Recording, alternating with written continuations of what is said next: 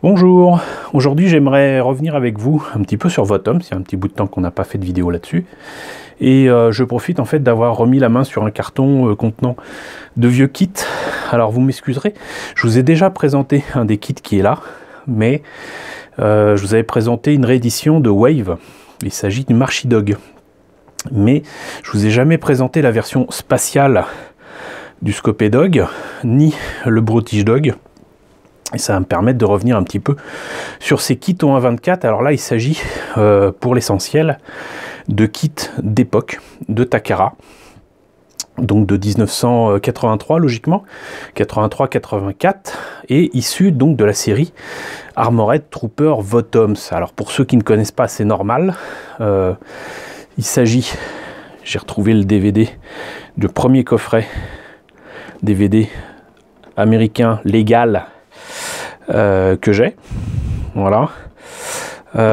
Si vous ne connaissez pas, je pense que j'en ai suffisamment parlé dans les précédentes vidéos, donc je vous invite à voir les précédentes vidéos sur le Scopé Dog ou quoi. J'en parle quand même de façon assez complète, je pense. En tout cas, pour présenter la série, hein, revenir dessus de manière précise, ça serait quand même un peu complexe.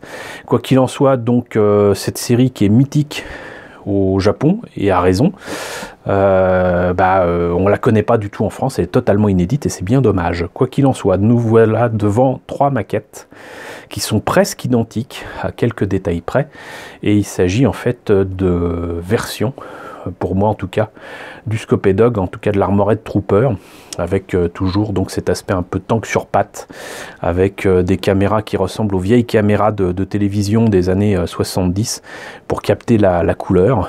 Il n'y a que quelques différences d'une maquette à une autre, mais c'est aussi intéressant parce que il s'agit quand même de voir que depuis 1983, les kits ont évolué. Je vous ai présenté donc déjà le kit du Marchidog qui avait été revu et corrigé par Wave.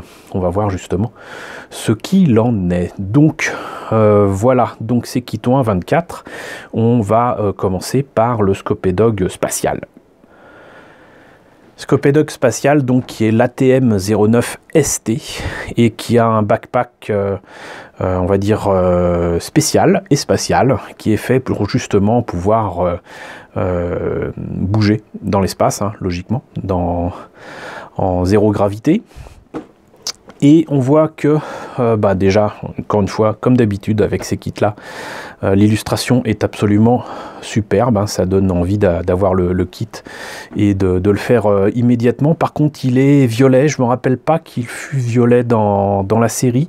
Peut-être que c'est dans une version spatiale à un autre moment dans la série. Franchement, j'en ai aucun souvenir de ce Armored Trooper violet, mais moi, il me semblait qu'il était plutôt vert. Mais bon, quoi qu'il en soit, à l'époque, donc, il n'y avait pas de code barre, donc pour vous donner le prix, par contre c'est ici, vous voyez, donc c'était à l'époque c'était 1400 yens, c'était le 3e kit au 1.24 j'imagine, proposé ici par donc Takara. Et encore une fois, si je me trompe pas, parce que je ne vois pas écrit Takara, mais c'est peut-être en fait tout simplement écrit là en japonais, hein. Mais donc vous avez ici des images qui aussi montrent les attributs de cette maquette. Donc on peut soulever le viseur pour voir le pilote à l'intérieur. Le point peut percer les blindages ennemis. Le cockpit s'ouvre et révèle donc effectivement un petit peu plus encore le pilote. Et vous avez là un backpack, tout ce qui est de plus classique du Scopé Dog, avec donc les munitions, peut-être un pactage. Et sinon, la particularité de celui-ci, c'est d'avoir justement un backpack différent, là, qui est fait pour justement, entre guillemets, naviguer dans l'espace. On a fait le tour de la boîte, on va voir à l'intérieur. Alors, une illustration ici de Kunio Kawara, donc le méca designer de Votoms, qui a également officié sur la même période, aussi bien sur Dougram que Gundam, des petites choses comme ça, vous voyez. Et étrangement, donc Armored Trooper vu de dos, avec plutôt un camouflage sable désert. Pour l'espace, je vois pas trop l'intérêt, mais bon, pourquoi pas. Ici donc, les images couleurs de l'Armored Trooper Scopé Dog. Et effectivement, les mêmes images, en tout cas ici, que sur la boîte, si ce n'est que là, on voit quand même le backpack un petit peu plus précisément. Et là, on voit bien qu'il existait donc une version spatiale aussi, ou du moins peut-on peut-être certainement placer le backpack de celui-ci sur le Scopé Dog VR normal, je ne sais pas ce qu'il est dit ici. Et là, donc, on a effectivement Takara avec la présentation des autres modèles au 1.24 et au 1.35 qui apparemment étaient disponibles ou allaient être disponibles sous peu, en 83. La notice en noir et blanc pour le montage, avec les explications concernant l'alphabet un peu particulier de cet univers qui se passe dans un autre système solaire. Hein.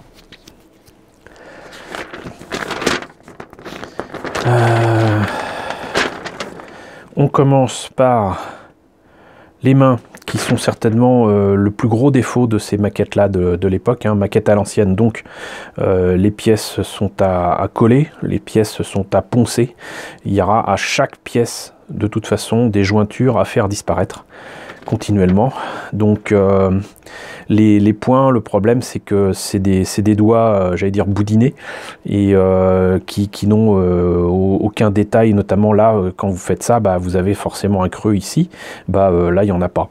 Donc ça c'était le truc qui avait été modifié par Wave. Une fois les mains faites, bien évidemment on fait le reste du bras.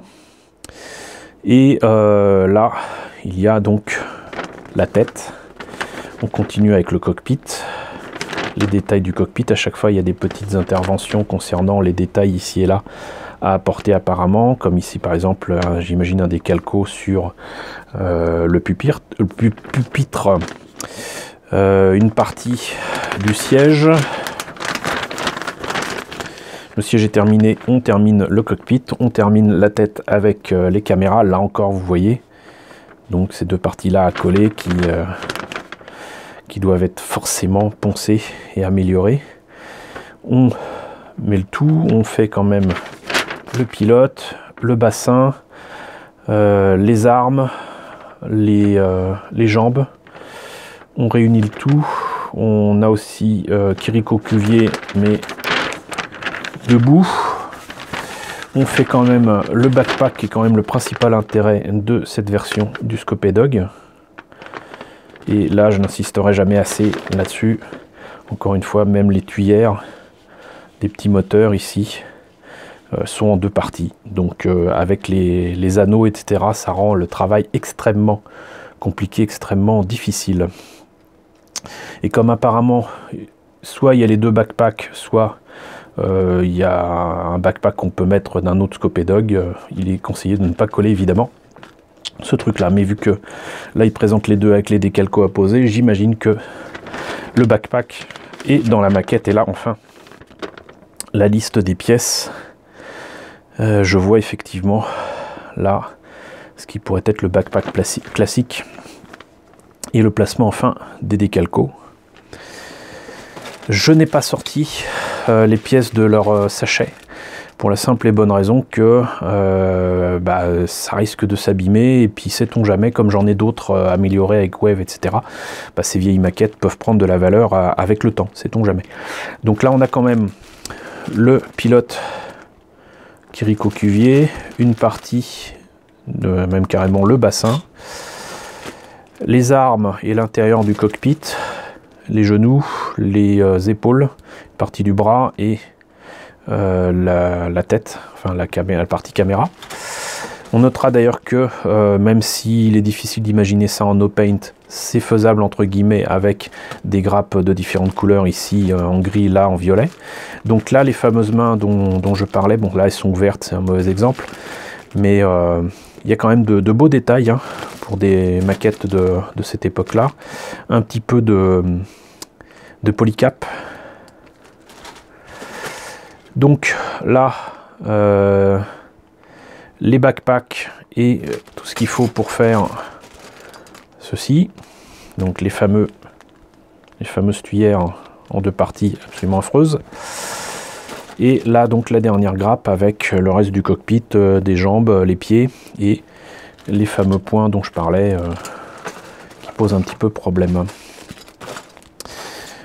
Donc on observera quand même que pour l'époque, le kit est pas si mal, mais il a les défauts de son époque, à savoir des pièces à coller et à poncer continuellement, et à faire ça à chaque étape. Voilà. Et le pire, ça reste les points fermés. Mais sinon, il n'y a pas grand-chose pour faire quelque chose de bien avec ce kit-là, et c'est ce qu'avait certainement compris Wave.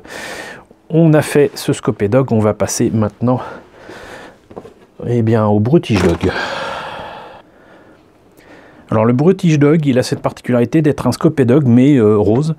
Apparemment, dans l'animation japonaise, il est d'autorité de se dire que tout mecha qui est rouge ou rose saumon est forcément plus rapide et plus puissant que les autres. Ça se voit avec le mobile suit de Char, qui se fait appeler du coup la comète rouge. Et donc je pense qu'en fait ça vient aussi de cette idée un peu sotte que le Baron Rouge, qui était un pilote allemand de la Première Guerre mondiale, qui avait enchaîné les victoires, c'était pas forcément le fait qu'il est, peut-être aussi qu'il avait un triplan au lieu d'avoir un biplan, qu'il était rouge et que donc on le voyait de loin ou quoi, j'en sais rien, mais voilà, il y a cette idée complètement sotte que parce que vous avez cette couleur là, vous êtes plus puissant, plus rapide. Bon, qu'importe. Ce qui est surtout important, c'est de se dire que là, vous avez un Scopé Dog modifié avec un bras sacrifié sur l'autel de, comment dirais-je, de l'efficacité, avec un bras qui est carrément une espèce de canon mitrailleuse avec des pinces qui peuvent certainement aussi arracher le blindage et les membres des armorettes troopers ennemis.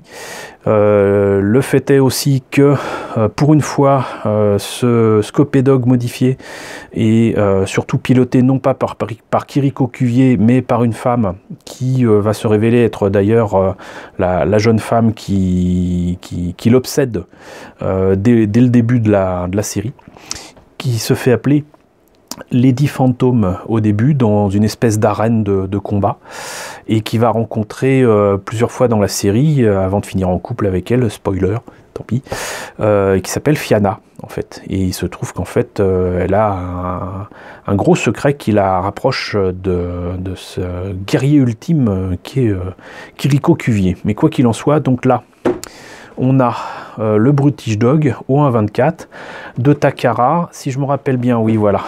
Vu qu'il y a un code barre, c'est un kit qui est un peu plus récent, ou plus ou moins qui a certainement été, comment dirais-je, réédité par Takara, peut-être dans les années 90 ou 2000. Il était vendu donc du coup au moment de sa réédition, non pas 1200 ou 1400 yens, mais 2200 yens. Et voilà ce que donne le kit monté et peint avec sa pilote qui est en pancho, hein. Ça doit certainement faciliter les choses en termes de pose et de peinture. Et donc voilà, encore une fois, on voit qu'elle est en tenue de pilote mais rose, parce que sinon hein, ça va pas. C'est pas parce que c'est une fille qu'elle est en rose. Faut quand même bien le comprendre aussi, même si Mattel a commencé à imposer ses codes couleurs bleu pour les garçons, rose pour les filles dans ses jouets, c'est pas parce qu'elle est une fille que son mecha est rose, ça n'a strictement rien à voir, c'est vraiment encore une fois le code couleur symbolique, on va dire, des mechas plus puissants. Donc là le bras qui est une espèce de mitrailleuse canon, là l'autre bras qui peut toujours percer le blindage quand même, le cockpit sans la pilote et la pilote dans le cockpit. On a vu la boîte, on va voir à l'intérieur. Alors cette fois-ci pas d'image en couleur, directement la notice avec un petit dessin du personnage tiré évidemment du dessin animé. Ça me fait penser d'ailleurs que je n'ai pas vu de de planche de décalco tout à l'heure. Ça devait être dans une des grappes et ça m'aura échappé. Quoi qu'il en soit, donc le montage est quasiment à l'identique, si ce n'est que l'un des bras va être remplacé donc par une arme. Donc c'est grosso modo la même chose, si ce n'est que c'est pas le même personnage.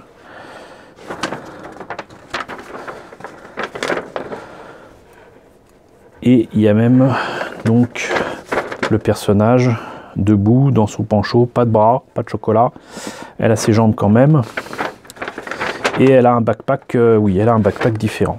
C'est pas le même que le Scopédog de base. Donc il y a un poil moins de pièces, je pense. La couleur du plastique est évidemment différente du coup. Donc là vous voyez que là vous avez ici la grappe avec le backpack différent et étonnamment les comment dirais-je, les détails du cockpit qui sont peut-être différents aussi, je ne sais pas. Là donc les grappes avec la caméra, les genoux, les trucs comme ça. Ici apparemment il y avait ces pièces là qui sont différentes pour le Brutish Dog du Scopédog de base. Ça remplace les pièces A19, A20, A21 et A22. Si je me rappelle bien, j'ai dû les prendre, oui, je les ai pris des grappes ici. Donc voilà, il y avait une petite différence. Ici on a quand même la planche de décalco. Le reste des pièces, bah, c'est à l'identique des Scopédog. Donc là, les pièces en trop, je les ai enlevées, je les ai certainement utilisées pour du kit bash ou mis de côté point et kit bash, et on en a fini. Et ah bah voilà, quand même, bah, le personnage, il n'y a pas grand chose à en dire puisque on peut même pas voir sa tête à travers le plastique, j'en suis désolé, mais enfin bon, c'est un personnage au 1.24 et ça change agréablement parce que sinon tous les autres Votoms, à quelques exceptions près, il n'y a que Kiriko Cuvier. Kiriko Cuvier fait ceci, Kiriko Cuvier fait cela. Ça en devient lassant. On va passer maintenant au Marchidog. Le Marchidog, comme je l'ai déjà présenté dans la version Wave, donc pour petit rappel, en fait, c'est un Scopédog, mais qui est spécialisé plutôt pour les missions dans des milieux plutôt, comment dirais-je, humides, des jungles, des marais, trucs comme ça. Donc du coup, il a des pieds différents. Les roulettes qui normalement sont en dessous sont plutôt sur les côtés. Il a carrément des espèces de bouées qui peuvent se gonfler sur ses flancs, là, sur ses hanches, pour lui permettre de flotter carrément dans des rivières, dans des lagons. Et il a bien évidemment, a priori, je pense, ce qu'il faut dans son backpack à l'arrière, en air comprimé, j'imagine, pour faire fonctionner tout ça. Encore une fois, superbe illustration, hein. Par contre, bah voilà, encore Kiriko Cuvier qui conduit ce Armored Trooper. Ça se passe à un autre moment de la série, donc sur une planète qui rappelle étrangement le Vietnam. Donc là par contre, retour sur un kit à l'ancienne et d'époque. Il s'agit en plus du numéro 4 de la collection de maquettes de Takara. Il était vendu, on le voit ici, 1400 yens, hein. Donc on est loin des 2200 yens du Marchidog. Le kit terminé, monté et peint, donc ressemble à ceci. Ses attributs sont toujours les mêmes, donc ouverture de la caméra et du cockpit. Les pieds sont par contre différents du Scopédog ici, avec donc en plus des roues qui peuvent développer des espèces de petites hélices ou je ne sais quoi là. De petits ergots qui lui permettent certainement de s'accrocher au terrain. Et ça remplace en fait les espèces de pics qui d'habitude sur le Scopédog permettent de se planter au sol et de faire un demi-tour rapide et souvent meurtrier pour les mechas ennemis qui pourraient le poursuivre. Et on voit même des pistons ici en dessous. On a fini avec la boîte, on va voir à l'intérieur. Alors, pas d'image en couleur, par contre la boîte est bien remplie, hein, pour un kit à 1100 ou 1200 yens. Donc Marchidog, on a littéralement la même chose que pour le Scopedog, hein, ça on l'aura deviné. La seule grosse différence, encore une fois, ce sont les pieds et bien évidemment les câbles. Et en fait une bonne partie des jambes en fait est différente. Il y a des espèces de câbles qui vont dedans certainement pour alimenter des moteurs puissants qui font fonctionner les espèces de roulettes là. Il y a de toute manière aussi les câbles qui vont du backpack avec les bonbonnes, j'imagine d'air comprimé, qui vont dessus façon Zaku. Et comme je le disais, là vous avez donc des pièces supplémentaires qui se mettent sur les hanches, qui sont des flotteurs en fait, et qui permettent au mecha de flotter dans l'eau et de ne pas couler du coup. Voilà, c'est ça qui est bien avec Armored Trooper Votoms, c'est que c'est hyper réaliste, c'est super bien pensé, c'est essentiellement de la stratégie, c'est des tanks sur pattes. Et ça n'a rien à voir avec les séries avec des super robots, parfois transformables ou non. Non, là, c'est voilà. Kiriko Cuvier, il remet en état un engin, il vous remet en état un tank. Ce qui fait la puissance du tank, c'est pas le tank lui-même, même si c'est le pilote, c'est ce qu'il en fait. C'est il connaît les qualités, les défauts de l'engin qu'il a entre les mains, et vous lui donnez une 2 chevaux, il sera capable de foutre en l'air un Panzer en face. Hein. Donc voilà, c'est ce qui fait toute la différence avec d'autres séries.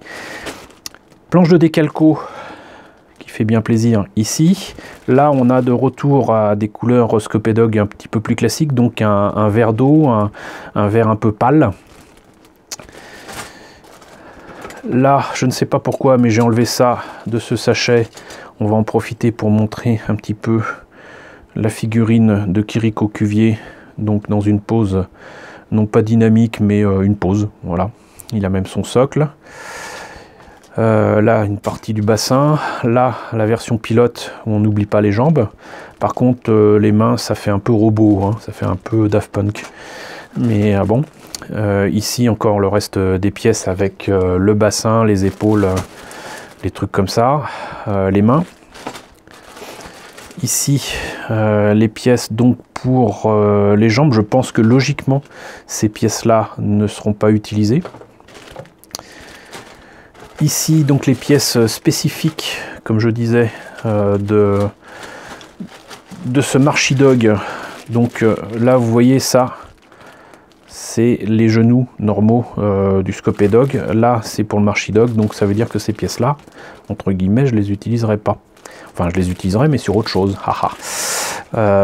Et du coup, là, on a aussi, vous voyez, le reste des jambes et des pieds qui sont très différents. Donc ça, c'est vraiment les pièces spécifiques.